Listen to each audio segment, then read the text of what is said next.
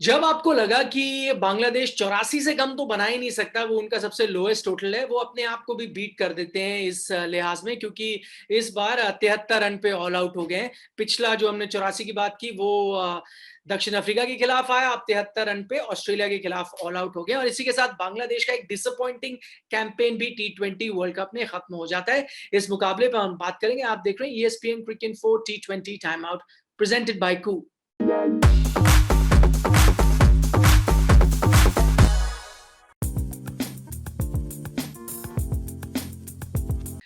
हमारे साथ जुड़ेंगे दीप दासगुप्ता। दीप, ऑस्ट्रेलिया की धमाकेदार जीत हम इसे कह रहे हैं। आसान नहीं हो सकता क्योंकि इससे पहले ऑस्ट्रेलिया पे खुद सवाल थे। एक बहुत बड़े अंतर से इंग्लैंड से वो हारे थे। कई बार उसके बाद आपका मनोबल नीचे जा सकता है, लेकिन एक तो मस्ट विन गेम, ऊपर से बड़े अंतर से जीतना, सब चीजों पे उन्होंने अपना काबू रखा। बिल्कुल। और अब तो मेरे ख्याल से दूसरे नंबर पे हैं।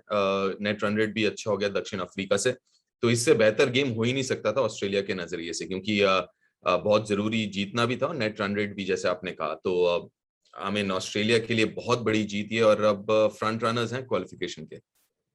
कई बार जब छोटे टोटल होते हैं उससे कुछ और फायदा मिल सकता है। आज लगता है थोड़ा बहुत फायदा मिला है। फिंच ने, हालांकि रन तो 40 ही थे, लेकिन जिस अंदाज से बनाए, तेजी से बनाए, आगे काम आ सकते हैं। बिल्कुल, क्योंकि मौका मिल जाता है हाथ खोल के खेलने का, क्योंकि आपके दिमाग में उतना टेंशन नहीं होता, क्योंकि बस आपको 73 रन ही बनाने होते हैं। आपको पता है कि कोई ना कोई कर ही लेगा, और ऊपर से आपके सामने एक दूसरा भी लक्ष्य था जो कि 8.4 या कुछ जो भी था net run rate south Africa के आगे जाने के लिए। तो आपके दिमाग में होता है खुल के खेलने का, जिसे कहते हैं ना लाइसेंस मिल जाता है। वो लाइसेंस था एरन फिंच के पास, और खुल के बल्लेबाजी की थोड़ी सी झलकियां दिखी वो जो पुराने एरन फिंच की इस पारी में। बांग्लादेश के कैंपेन के बारे में आप क्या कहेंगे? एक बार फिर बल्लेबाजों का फ्लॉप शो रहा, और मैं सिर्फ सुपर 12 की बात नहीं कर रहा। अगर आप उससे पहले वाला राउंड में भी देखें, बड़ी मुश्किल से ही पहुंच पाए।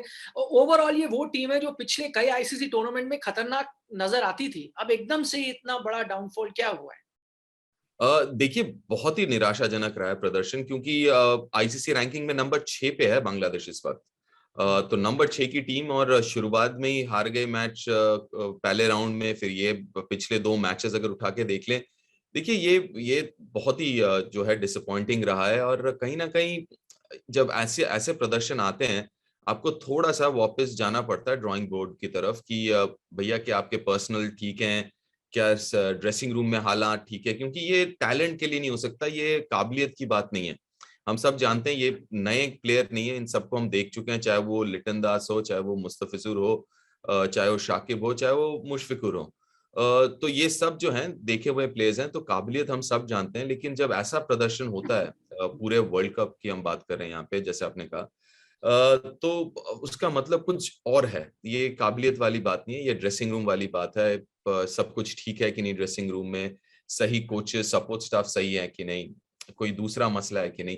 तो मेरे ख्याल से ड्राइंग बोर्ड में वापस जाने वाली बात है। इस बीच स्टार तो रहे एडम जैम्पा, 5 विकेट उन्होंने चटकाए, लेकिन उससे पहले आप मानेंगे स्टार्क और हेजलवुड ने टोन सेट किया, ऊपर के बल्लेबाजों को आउट किया, फिर आसान हो गया जैम्पा के लिए लोअर ऑर्डर को लेना। बिल्कुल। और मिचेल स्टार्क और हेजलवुड, देखिए नए बॉल से तो बहुत अच्छी डालते ही हैं हेजलवुड, साथ में स्टार्क का फॉर्म में आना धीरे धीरे, वो मेरे ख्याल से ऑस्ट्रेलिया अभी धीरे धीरे और ज्यादा खतरनाक दिखने लग रही है, क्योंकि अब होता है ना, पीक करने लग रही है ऑस्ट्रेलिया। अगर आप परफॉर्मेंस देखें, इंडिविजुअल परफॉर्मेंसेस भी देखें, तो एक एक करके सब लय पकड़ते हुए दिख रहे हैं इंडिविजुअल्स। और जैसे आपने कहा मिचेल स्टार्क उसमें से बहुत बड़े नाम है, सबसे आगे हैं। और साथ में हेजलवुड की भी आपने बात कही, नई बॉल से कमाल की गेंदबाजी करते हैं। जाते जाते एडम जैम्पा की गेंदबाजी। देखिए, Adam Zampa one of the top bowlers हैं T20 आईज में। अगर आप रिकॉर्ड उठा के देख लें, मेरे ख्याल से 6ठे नंबर पे हैं रैंकिंग में भी, आईसीसी बॉलिंग रैंकिंग में।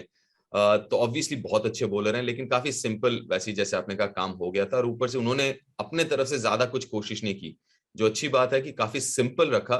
विकेट टू विकेट डाल रहे थे, ज्यादा वेरिएशन भी जो है उनके पास, वैसे ही ज्यादा लेग स्पिन टर्न होता नहीं उनका। लेकिन विकेट टू विकेट रख रहे थे, स्टंप को अटैक ज्यादा कर रहे थे। तो सिंपल चीजों को, सिंपल रखा चीजों को, और उसका फायदा मिला उन्हें।